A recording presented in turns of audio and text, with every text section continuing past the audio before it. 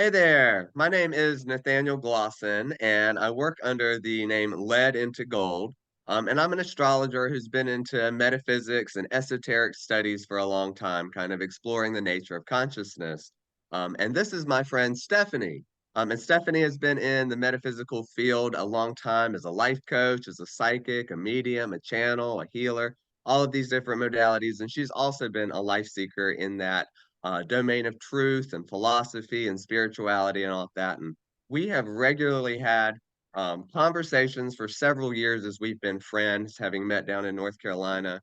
And she and I talk with, Mhm. our morning coffee sometimes on the weekend. And we thought we talk about a lot of metaphysical things that other people might find interesting. So the first time, we are going to just have our phone call over the weekend as a FaceTime on Zoom and talk about some stuff that we've pondered over the week or that's come up this weekend or current events and all kinds of stuff, and to see if other people want to tune in and enjoy some of our morning coffee talk. We will affectionately call Evolution of Consciousness with Stephanie and Nathaniel. So, hey, good morning, Stephanie. It's good to see you. Hey, it's nice. It's sunny here in Florida. I live in Central Florida now, and I really enjoy the weather. And I thought this was a great idea Nathaniel had to, see us talk about things that might be of interest to you. And if you have, any comments or questions, we can definitely follow up with you, and that'll be great. And we'll just see where it goes. We're just gonna play with it and have fun because that's the most important thing, right? It is, and Gotta we have have so fun. much fun with our morning conversations anyways. Um, I just think this will be a fun little chance for other people to tune in and offering a peek into this window of weird, and people can hear whatever they can hear. So I did have a few things. I'll mention a few things that are written on this, and I'm gonna let kind of consciousness and things pop all over the place as far as what we do in whatever order. I know the eclipse just happened, so we can talk about that a splash, as well as in major astrological stuff. 420 coming up this next weekend has got a big signature. You recommended a book for me the last time that we talked, and I've ordered it. It's called Existential Kink, and I'll have it on Tuesday. And I'm really interested in the connection between spirituality and sexuality. So that's something I'm sure we'll talk about at some That point. that is definitely a big topic for sure. And I saw a question this morning. Someone was asking online elsewhere about what the difference is between soul and spirit, and I thought that could be a fun discussion for We us. we can start Um, with that one whenever you want. We can start with that one. well, you want to start with that, and then we can circle back around to current stuff. Yeah, let's do that. Hold on, let me get some water. I've got water, you've got coffee. That works. So yeah, when I hear people talk about what is the difference in soul and spirit, I know I definitely have my perspective. So I think it'll be fun to hear yours, and I can share mine, and we can see kind of how they meet in the middle and what the differences and similarities in the language are. But so what would you say to that, Stephanie? Because that was a question I saw just in a conscious community, the difference between soul and spirit. I have a story about it. So I have studied with both Lakota tribe and Navajo or Dene tribes, and I have a mentor who's Dene. They prefer to be called Dene, not Navajo. Navajo means horse stealer in English, and so they like to be referred to by their actual actual tribe name, which is Dene. Okay. And I did so not know early that. on, as a student, he asked me that question. And we'd only been working together a couple of months, and he lived in a different state. And he called and he said, "What's the difference between soul and spirit?" And I gave him an answer, and he said, "Nope, that's wrong. Call me when you know. Call me when you know." And he hung up. Okay. And so over the next week, I probably made 7 phone calls. He'd be like, "Well, you're getting closer. Bye," and hang up. And that's how they train. I mean, that's how they train Navajo and Dene, that tradition.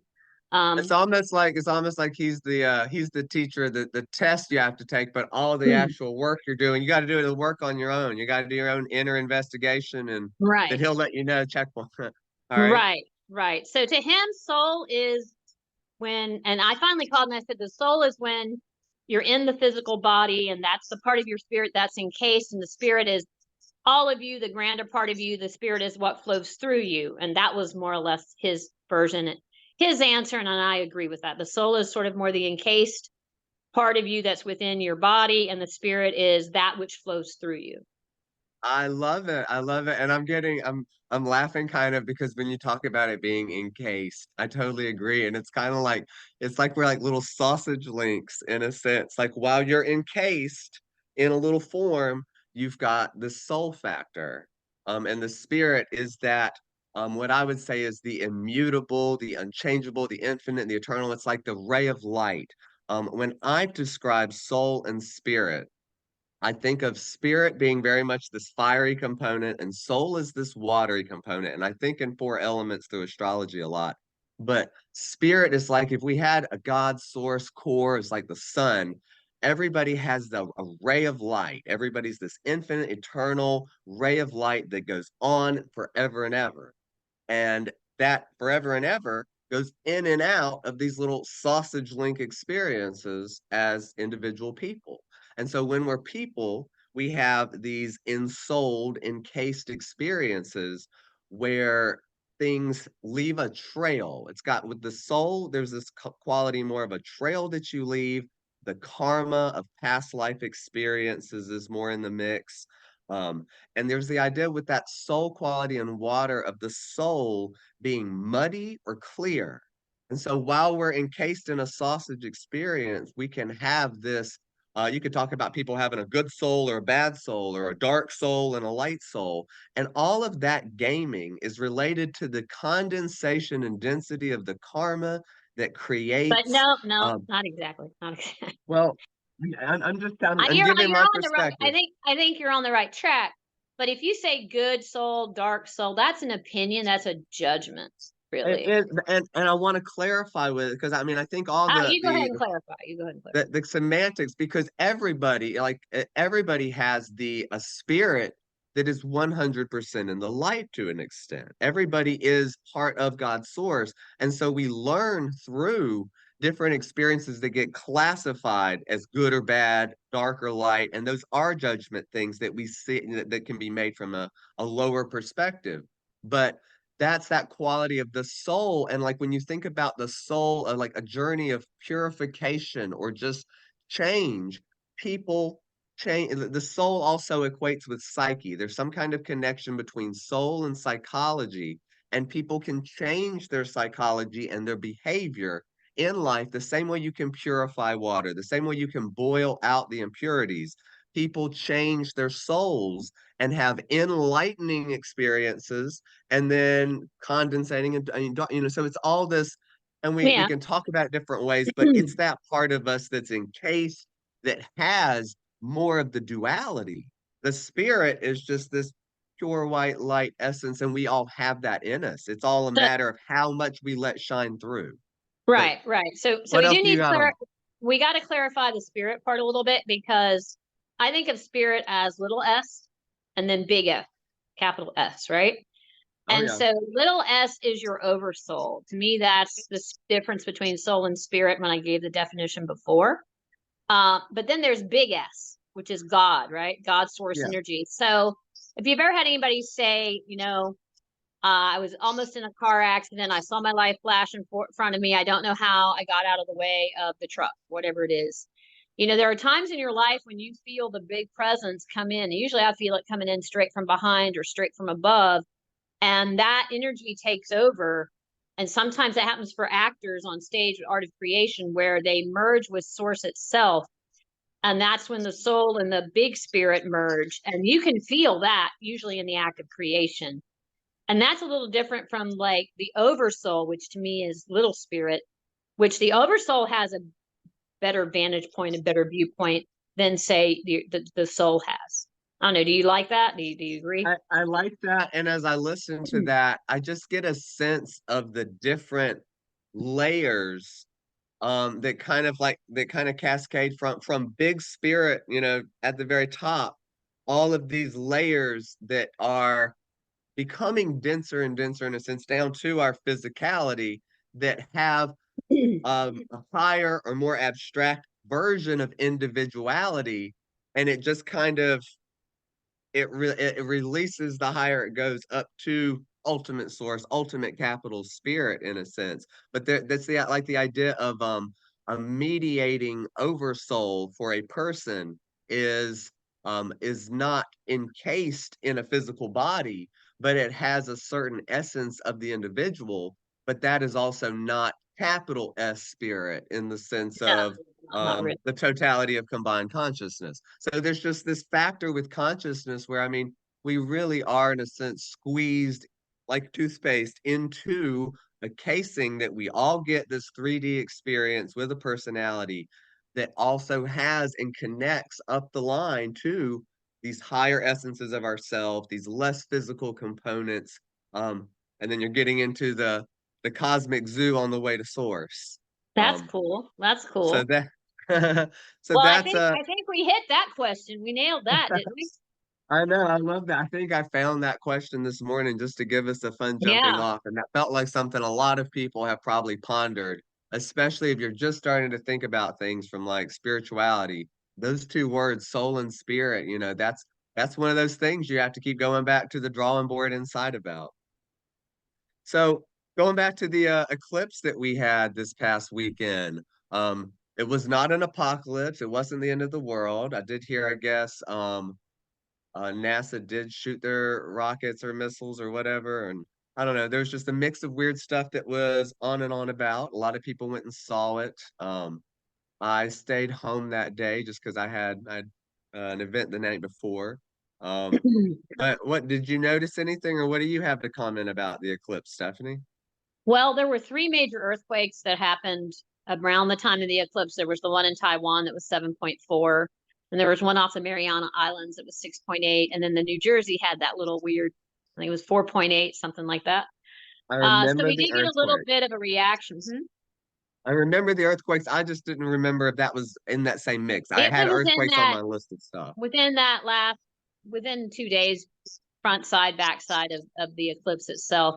So that with those energies and energetically though, it really feels like we had a fantastic bump in consciousness because we didn't get any of those negative side effects that were prophesied, and people seem to be getting clearer about they're going to change their lives and improve their lives. I've had a lot of my life coaching clients calling and saying, "Oh, I made this big advancement and this thing happened in my life, and I've never done that before." And so it's been nice to see such a positive response after an eclipse. There just seems to be a huge uptick in consciousness and kindness too. And kindness there seems to be, I think. Yeah, I mean, I had a great time and a great day.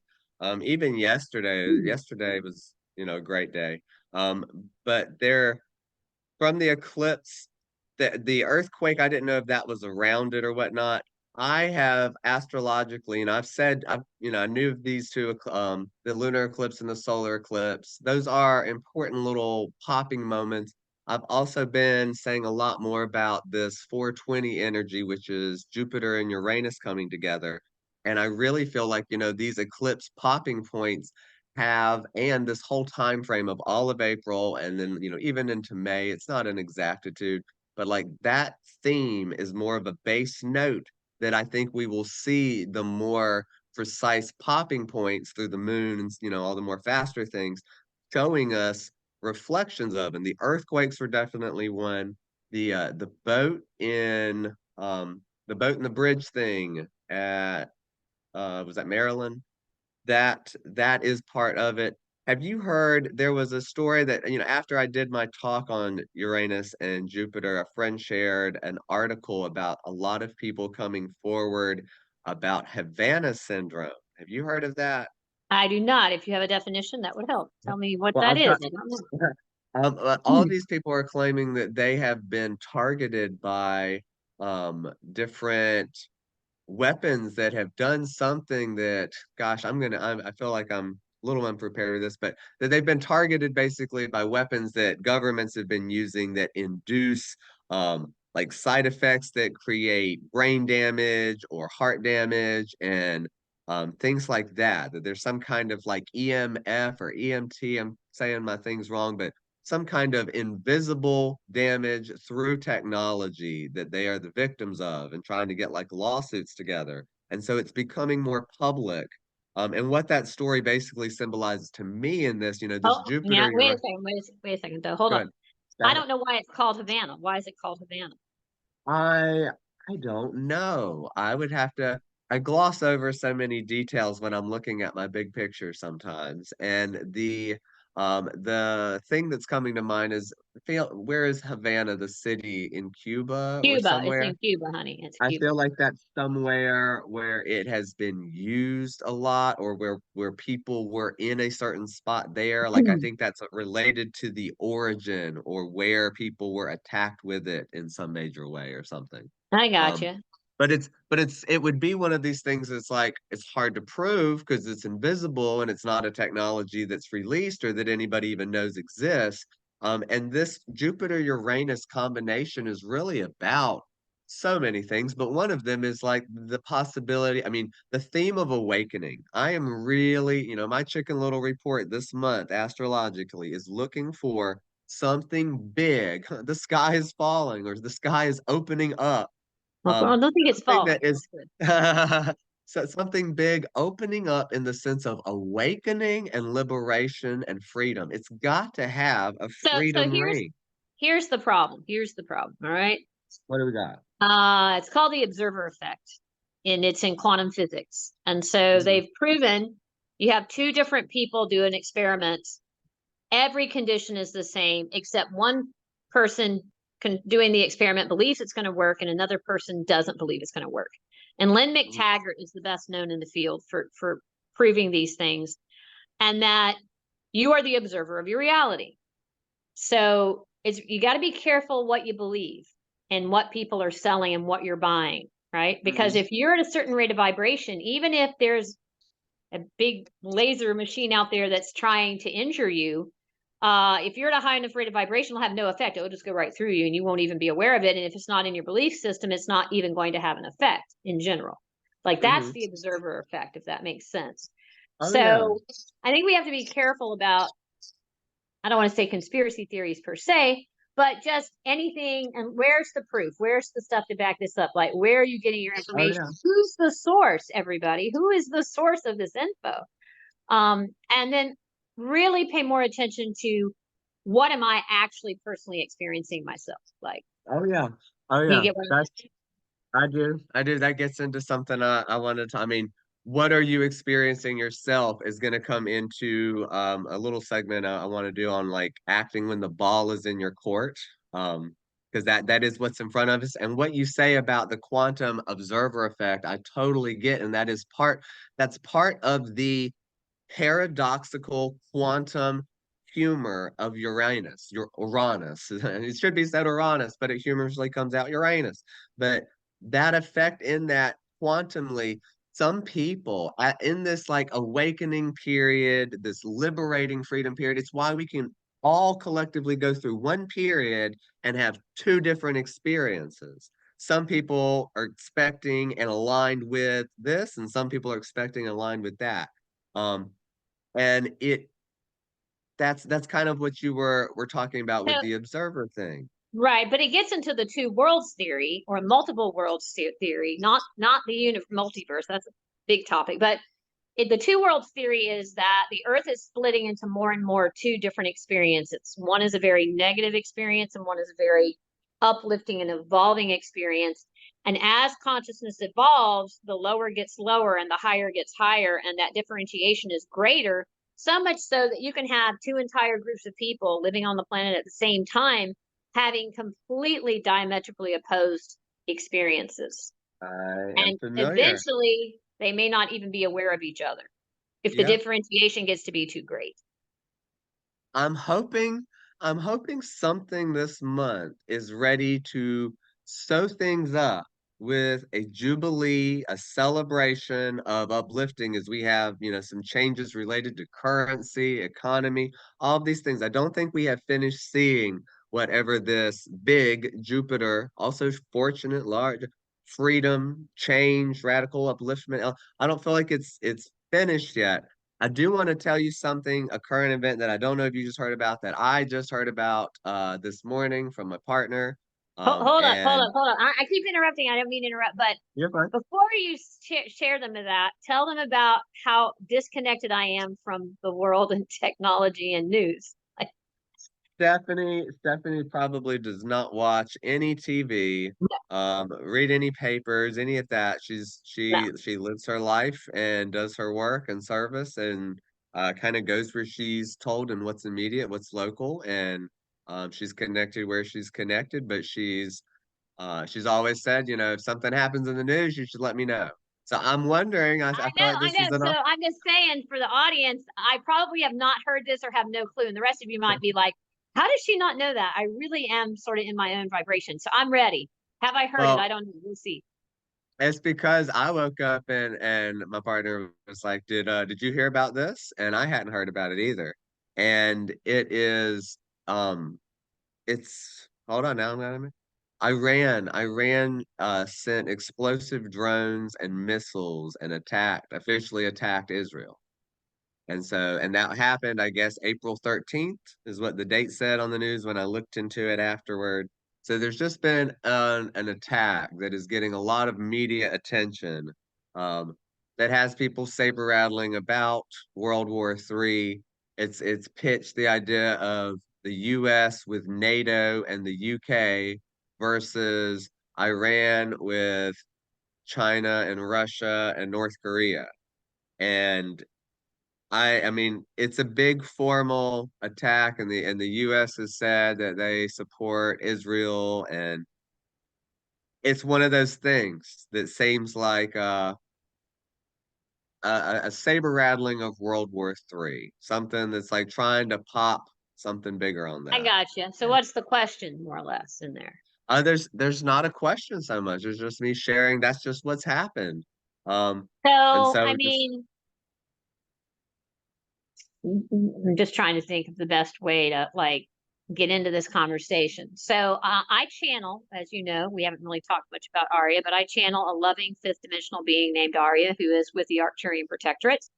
And so, a lot of these ETs are here at this time to help with the evolution of consciousness, and they have a vested interest in our evolving and becoming more advanced and getting to a certain level of experience, right? And so what I've learned from Aria, and you may have heard from other channels as well, is that they are pretty good at stopping anything super big from going wrong. So, an example of that would be, you know, in Fukushima, when that went out, according to her, they put little creatures in the oceans to eat up all the radiation because if they hadn't, we wouldn't be here. There was just way too much radiation release off of Fukushima. and the And so idea of the nuclear missiles in certain places that have been powered down right, that nuclear people have missiles that noted are with powered UFOs. down, things like that. They do have a non-interference policy, but if you begin as humans to interfere with species off Yeah. planet, they're allowed to intervene. Oh yeah. So, are Hello. we going to see an escalation? Probably. I mean, in Iran, I think it's we've got to. You know how sometimes you've got to get to a certain point for things to improve. Yeah. You've got to have a certain level of conflict and tension before it falls apart, so you can rebuild it. Yeah. So that's my thought on I'd, that. I'd say we're on the cusp of that moment. I feel like we do need that moment, and there's so much this month. I mean, it can be explosive and unpredictable with Uranus in the mix, but I feel like there's so much positive about what is symbolized in this Jupiter Uranus conjunction for this month and next that it's like I could expect a popping point that would quickly turn into a jubilee, a celebration, it's over type of thing. And I don't feel like whatever, finale is going to be any kind of catastrophic World War III that gets saber rattled. Um, the thing that we've had going on with this eclipse and in the now time period that has been the most potential for um, kind of war and military violence is we are also dealing with Mars and Saturn together right now. So having Mars, the military planet, with Saturn, which is structured and ruthless and ambitious and governments, and it's apropos that we see something right now with that. So um, So what planet does the unseen or things happening behind the scenes? What controls that? behind the scenes, when we're talking about things behind the scenes, we're talking more about Neptune and we're talking about Pluto to an extent. It's the idea of a level of behind the scenes in which we're controlling and hiding things with Pluto, and a level of behind the scenes with like it's real deceptive. You might not even know, and what you think you're hiding, there's something hidden that you don't even know about. It's, So, you know, so so what's there's going to happen from an energetic point of view is the things that have been hidden that are dark and sinister and awful are coming to the forefront to be seen. And a lot of these important negotiations are happening at very high levels behind the scenes that we're not aware of, right? The industrial oh yeah, complex thing. oh yeah. Um, What yeah. so where is those planets in relation to like Mars and the other one, Saturn?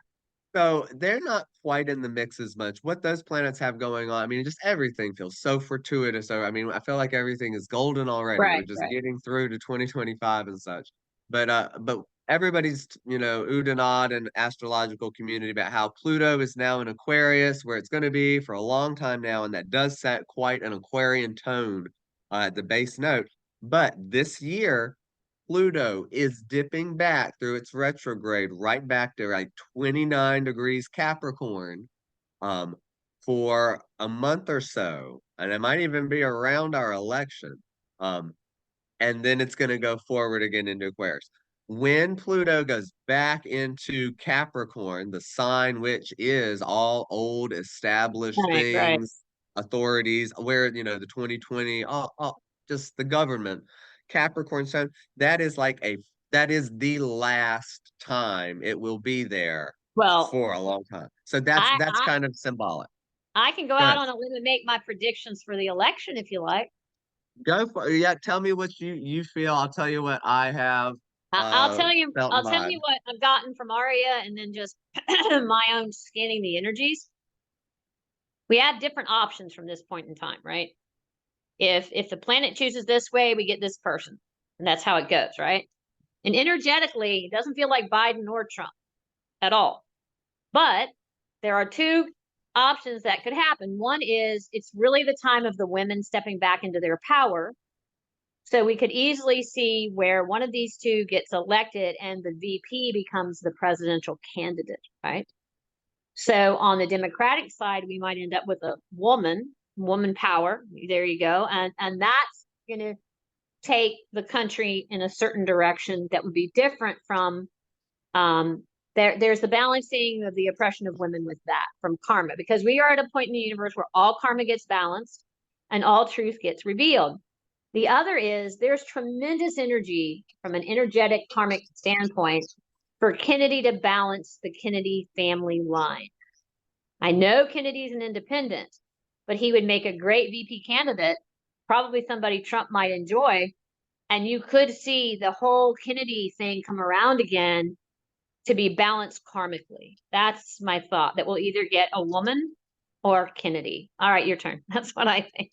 That is interesting. I don't have anything that specific. All I would say about the election, um, I think it is going to, I mean, saying it's contentious is kind of overrated. But yeah, it's going to be contentious. And the idea that I had from it is that um, a a radical change either indicated at the election in some way, and I have heard and thought, that the Kennedy adds a third option between Republican and Democrat that then has to align with one to get on a ticket essentially, and a Trump Kennedy ticket does have a lot of power. On the other side, something like I have heard that it would, if things went, it would go into a situation of no change, indicating that like we are with Biden again or something. And then right now, I guess that would go to, if it was still Kamala Harris, it would go to her as a woman, or the idea of a Democratic woman. Um, I could see as something that's a radical change at the election. The Yeah. alternative is the idea of something around this election. If there is if it's time to get the world on with some positive change, and there is too much inertia to do that, so that no change means something different and deeper than just the same candidate, Biden again. No change. I think the idea of no change, if it's not radical change, no change creates such a pressure of unrest that after this election, if it is no change, it's like revolt, rebellion. I mean, something that is a drastic after effect that causes a change. The, I don't think no, it can stay the same. I agree. I agree with that. And there is this energy around the US breaking apart and no longer being the United States of America, of it breaking into 4 or 5 sub-regions. There's even a new movie coming out that's not very good. I forget the name of it. Kirsten Dunst is in it, but it's like a dystopian future where it's like a year, it's like the year 2025 or whatever. And in that future, we've already broken into these 5 different regions of the country. And the problem is, like you said, the pressure would be so great that you may have certain regions like the South or the North or the West that just say, we're breaking out. We're done. We're done with the US. I don't know. What do you think? I mean, maybe premature for that. Yeah, What's your I thought mean, on that? Like, I feel like I've heard the ideas of like Texas already, like certain states already taking steps to get ready for those types of options. Forget if California was one or not, but I've heard that. This is also just in recent stuff calling to mind. Somewhere something said something about something called Project 2025, which I had never heard of. So I looked at that. I only know enough to skim the surface, but it seemed to be a proposal. I don't know how far or where it's led, but like the idea of um, if we can get a Republican 2024 election, a push to like change the government in a big way on the executive level to give the president almost like total control. Um, it was, I mean, what struck me was it was a big, I mean, it's got some negative potential for sure, and I don't know the ins and out, but it struck me as a big restructuring of the nature of the government. And I mean, I really do think all of what we need over the next couple of years is something big. I don't know that that's it. That sounded a little scary when they put that there, but like I do think we will see something massively different going on with government, society, our collective consciousness over the next year. And I am waiting for, waiting for a few events to unlock things and open the door and kind of give us that burst of fresh air in that department. But I got you. What other questions have you got on there, Nathaniel? um it's a good point. So let's get into this. It's a fun one. It's eleven Or eleven my topics? I time ask now. topics. Not, it doesn't have to be questions. Topics. Yeah. I wanted to talk about, I feel like we talked about this a little bit at one point, but the idea of, I mention it as wen to yin and wen to yang. But it's the idea of acting when, knowing how and when to act when the ball is in your court. And I think about it in reference to yourself sometime where like you do the job that's yours to do, that's no one else to do, where you do what's in front of you. You help the situation that you're um immediately around. And like if it's, when it comes up for you, it's yours to kind of contemplate. You don't have to necessarily fret over things that are happening hundreds of miles away that you don't have any direct involvement in or that are not, your direct experience. It's kind of like staying in your experience and knowing how to participate and contribute effectively for yourself and others in your sphere of influence. You know what I mean? Yeah, I know what you're talking about. Um, I've been doing a lot of thinking with that, and the idea of like knowing when to yin and when to yang. So often things yin and yang often can be male and female too, and so we get, I think sometimes we get stuck in the idea of like I'm this and this and the other is that. And it's the idea that we toggle back and forth between either like is it time for me to take an action and do something, or is this just like a time for me to maybe be present and listen and receive, so it's really kind of the I feel like the So is it steering like, how toggle. do you know when to make a decision, or how do you know when to go this way That or would that be way? Is that what you're asking? That would be a good question. I guess, as far as like following intuitive guidance in our role, I think a lot of people probably struggle with when to take action or when to not to. So what would you say about that? So, I mean, if you're going to follow the energy, is a big thing that I say to people is, well, where's the energy leaving and where's the energy going? And if you can get more fluid and and be sort of content with outside circumstance. The definition of free will is your ability to respond to the situation, basically. So free will is that in any given situation, I have the right on how I respond. You didn't control the hurricane that destroyed your house, but once your house is destroyed, you can decide: am I going to rebuild? Am I going to sell it? What am I going to do? So if you realize that there are many events that are outside of your control over which you have no control, and people like to think they can control it, you can't.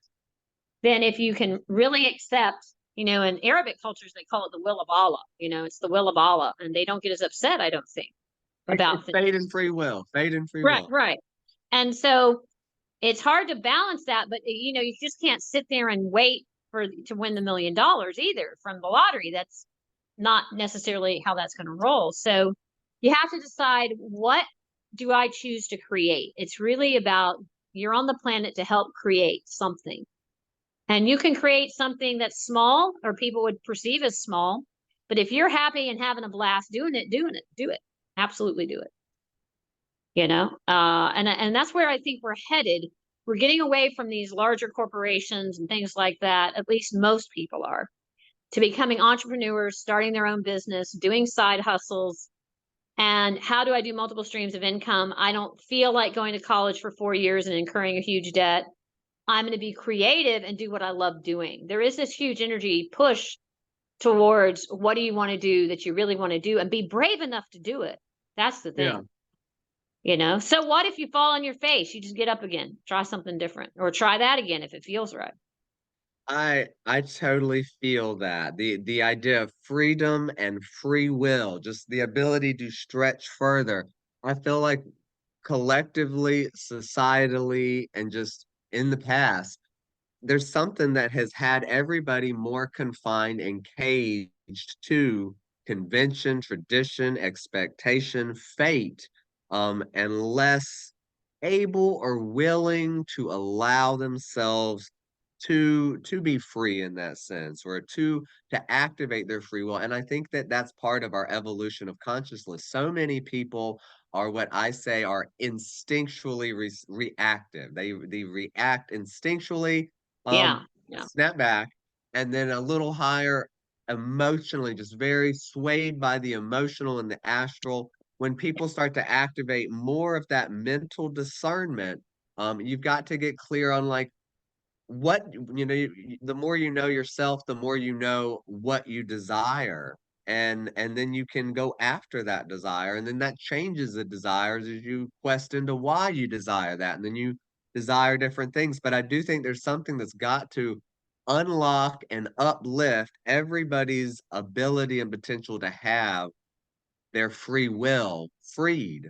Um, and to the extent that we will have an opposite paradox happening, I think we could see some people, if you're not doing that, if you continue to listen to what other people say you Mhm. should want, should do, all this, I see something entrancing and sleepy about some of the getting into like technology, AI and stuff, that like that lulls the creativity and the free will to sleep, so that you get a segment of the population that's just kind of in the metaverse, so to speak, or in the Right, virtual right, reality. right. But we're not in that experience for the most No, part. Like, let them that's be a who they need to be. We're going to be who we need to be. And there is this energy, that Aquarian energy of trying the new and I don't want to say experiment, forbidden per se, but maybe taboo, unusual, or I don't know. How would you taboo. phrase that? I would say, since Pluto is the forbidden, the taboo, Pluto going into Aquarius to have the Right. deepest base note, there will be a lot of Hmm. experimentation, deep, investigative, taboo experimentation with science, consciousness, technology, all of that in the mix. And one thing I like to impress with people, like overall, is not there's not a flat good and bad as far as what direction anybody's going or what experience anybody needs, and you can't judge. I really think of it like the Sneetches, with everybody going back and forth from that Dr. Seuss tale to get stars on their bellies or off their bellies.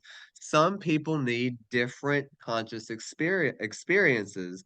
And one example that I've got is just when I think about me and you and when we've talked, some of Right. your experiences recently have called you to be more in your power and setting a boundary and saying, no, this is unacceptable. And on my end, I've had more experiences where I have to look past somebody's shortcoming, be less critical, and be more allowing. And that just kind of shows that, like, in whatever stage of development we all are, everybody could have divergent or different lessons. Everybody's tightening up or loosening up, wherever they've got something that needs to click clank into a new Plinko arrangement. So this idea of when to yin and when to yang, you can't be like, oh, it's time to yang, everybody yang, yang. Like, some people need to learn how to stand down or yin or not. So it's not a one size fits all um type of thing when we think about what everybody's doing. Or some with fate and free will, some people are called to make more decisions, be more of a causative agent, activate more free will. Other people are standing down, You learning know, to roll with the effects. I agree with all that, but what I'm seeing with the next generation that, I'm going to tell my age here, but that's all right. I'm 61. So I'm from a different generation completely, and how we looked at it was different. And back in those days, my dad I was a late in life baby. He was born in 1917. So he grew up in the Great Depression.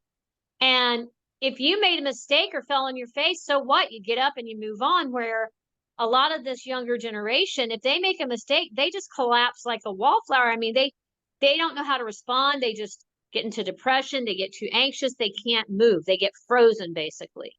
And so Paralyzed. we paralyzed, absolutely. And we've got, fight, flight, or freeze. And a lot of this generation is freezing. And we've got to get them to where it's okay to make a mistake. It's okay to say, well, I tried that. That did not go well, you know?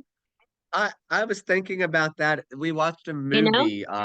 Yeah, we watched a movie called Eighth Grade that made me think of that younger generation's the so much anxiety. If you think about how much anxiety that paralyzes a lot of the younger generation, where they try one course and instead of having the critical thinking, or, like, the networks branched out to consider other options for a solution, there's just that shut off point.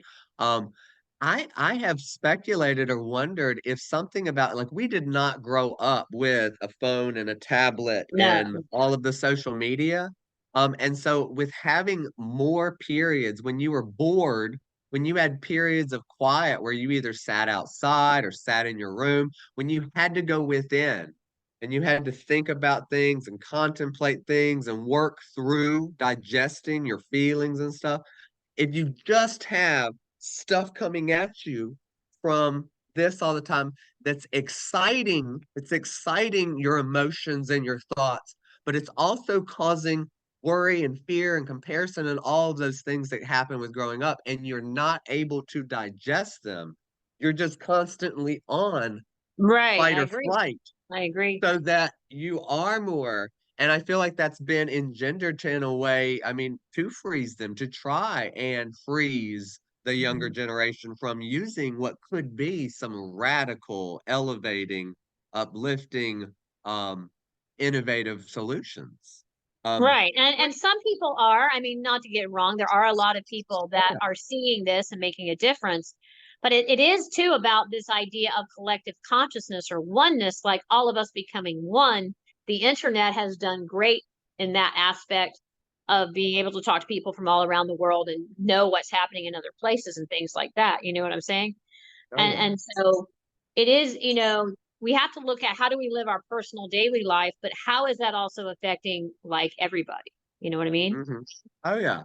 Yeah, I mean, one thing karmically, you're responsible. Some people don't understand, don't want responsibility. Too bad. It comes with the job. but you're responsible in a way for the effect you have on others and your environment. And the more that you're aware of it, the more it is your duty to tend it well. And I think that's when we see those effects, like when you're careless or um, I don't know. I just think there's kind of something karmic in there with you do have a responsibility for the way that you treat others. And I think that's part of the learning curve where people's, you do find the golden rule Yeah, into yeah, effect. I agree. Um, Part of growing up. Um, that that segues a little. The last one of the last things I kind of had on here was related to relating.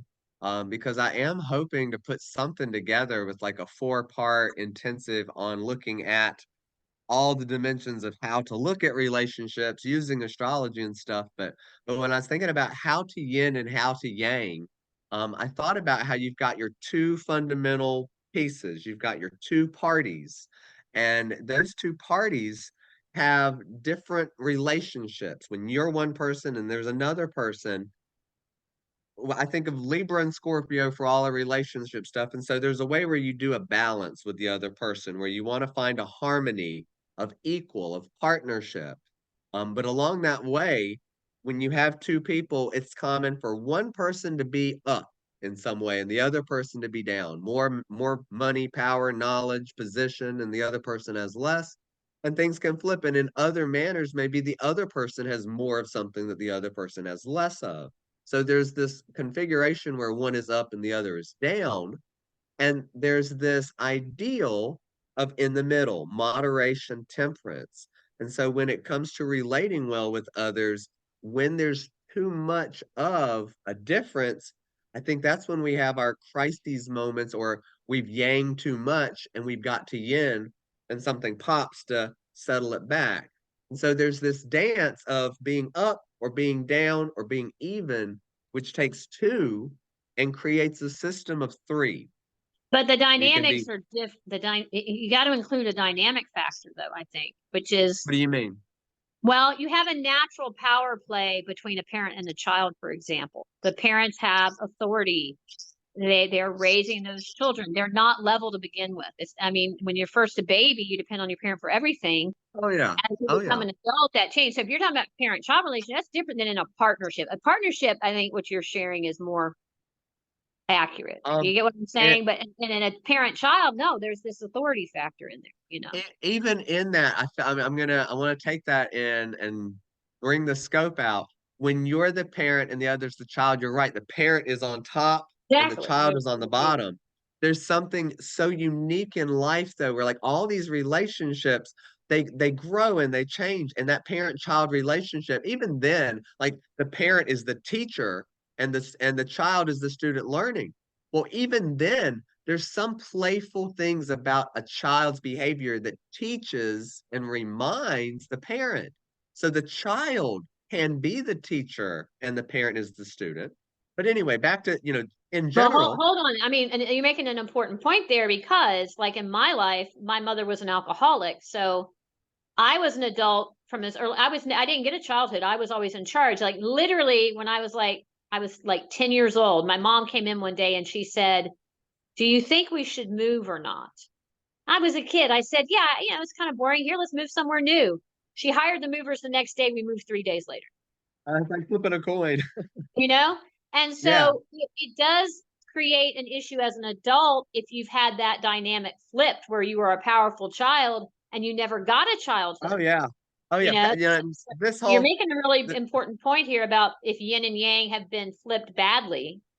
and there's an infinite variety of arrangements that people have psychologically experienced around the world with power dynamics. When we talk about power dynamics, we're talking about Scorpio.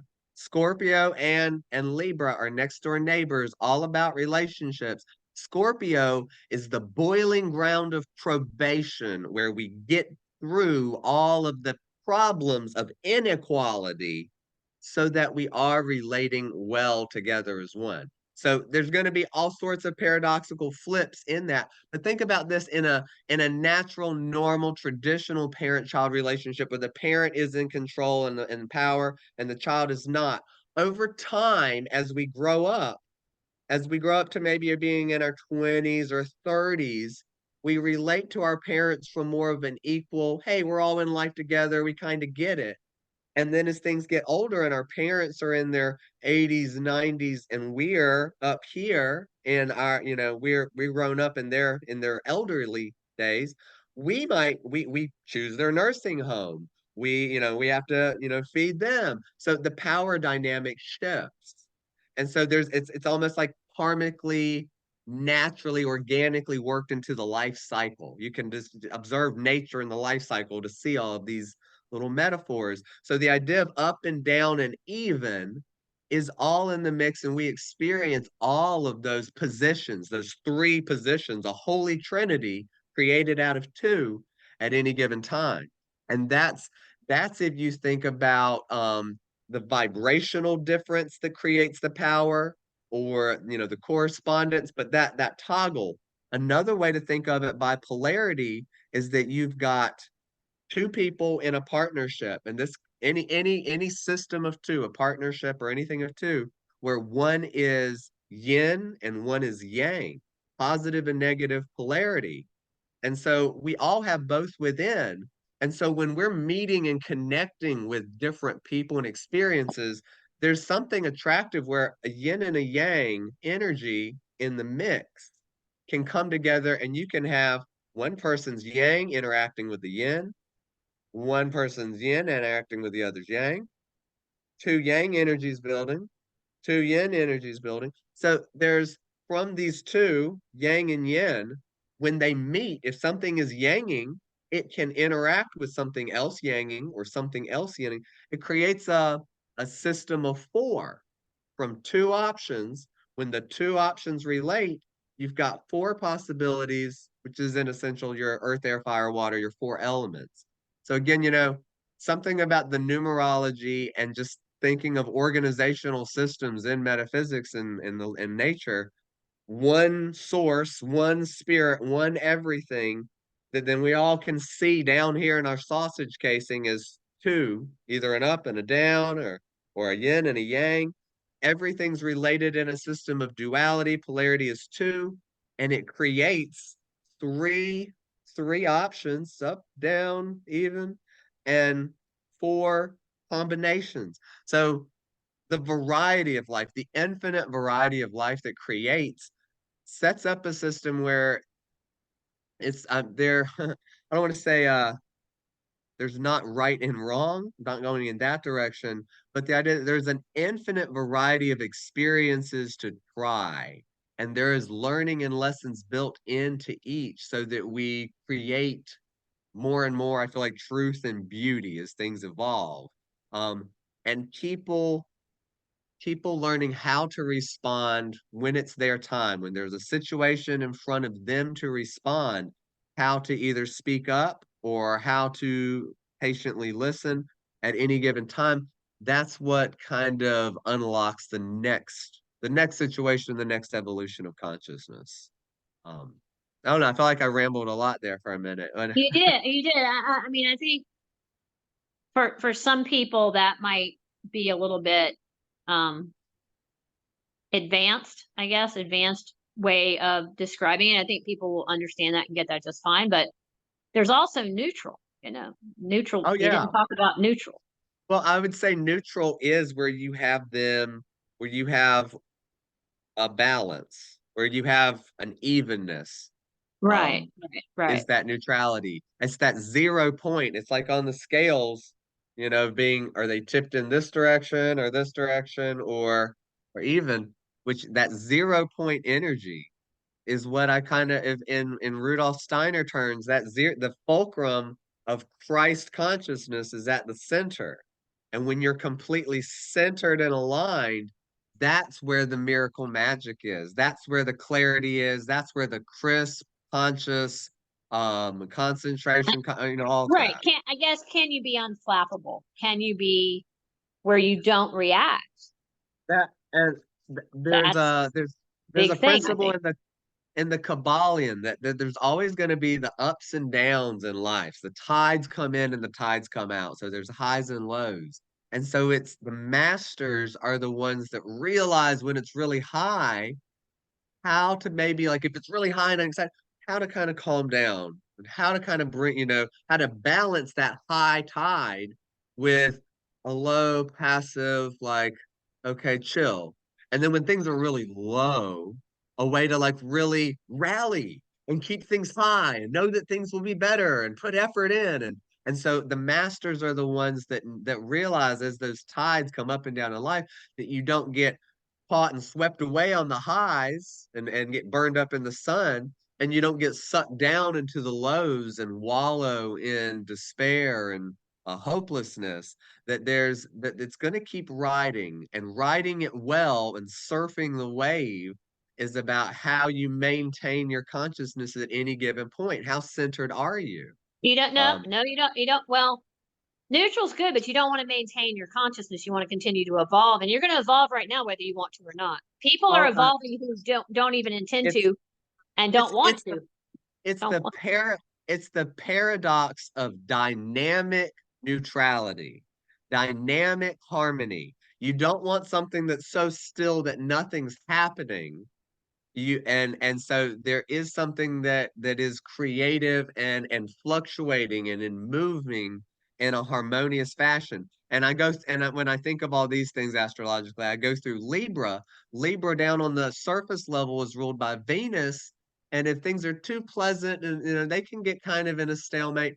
Go up higher esoterically, Uranus rules Libra, which is a dynamic harmony, which is the idea of things that are elevating for beauty and truth and harmony, and being willing to take a dynamic action to create a greater harmony. Mm-hmm. And then even higher than that, you've got Saturn hierarchical, which holds and maintains. There is a permanent, enduring harmony, fairness, truth, and justice to the universe. Behind everything, it is all perfectly, impeccably accounted for, even though we don't see it. So That's awesome. That's awesome. We're getting near the end of the time for today. So now is this going to have where people can put comments in the comment section?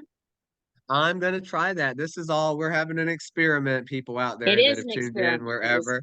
wherever. We're just having fun talking. So I'm gonna put it on YouTube, and people should be able to comment there, and anywhere else really. So if people want to ask questions or chime into the conversation after they checked it out that way, they should be able to do that or get in touch with us. I think I might have forgotten to include where people can find and reach us elsewhere.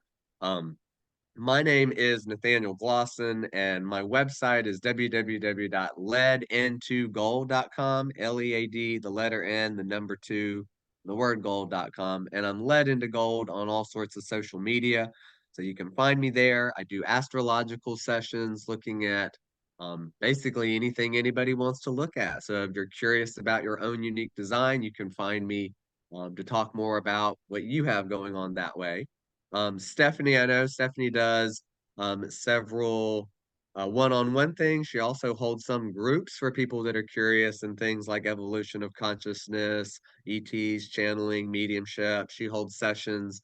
Her website is www.intuitivewisdomtoday.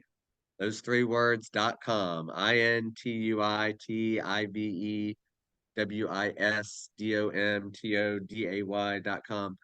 There you And so go. you can reach her there anywhere. Her name is Stephanie Massengale. I think you might can see it on the box. It looks like if it's recording the Excellent. way I see Excellent. it.